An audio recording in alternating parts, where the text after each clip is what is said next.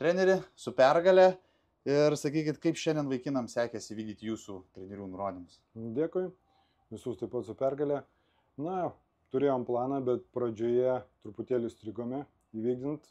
Tiesiog, kai mūsų gynėjai metė į vartus, prie mūsų vartų dažnai nebūdavo žaidėjų. Bet antram kėlinį mes tą viską ištaisėm ir turėjom 4 įvarčius.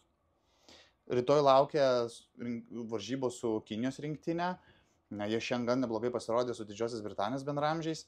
Kokie, nežinau, uždaviniai bus keliami vaikinams? Na, kinai turi savo sistemą, pagal kurią žaidžia. Jie susispaudžia visi 5 prie vartų. Pas juos minusas yra vartininkai. Tai mums tiesiog reikės daug mesti rytoj. Ir be abejo, lipti ant vartų kaip galima agresyviau. Ir be abejo, nes jeigu norim mušti, reikės pataikyti. Tai sėkmės tada. Ačiū. Dominykai, tai su pergale ir gal gali šiek tiek pasidalinti savo komentarų apie rungtynės su Rumunijos bendramais.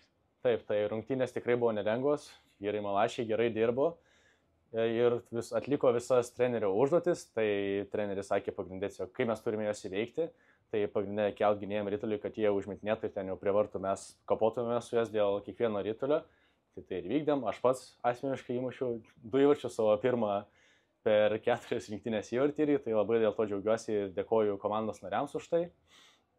Ir tikrai šaunu, galiu pasveikinti vartininką, tikrai sužaidė geras rungtynės, iš beveik 60 metimų atrėmė 56, nes mes įmušėm tik 4 įvarčius, tai tikrai galiu jį pagirti, labai geras vartininkas.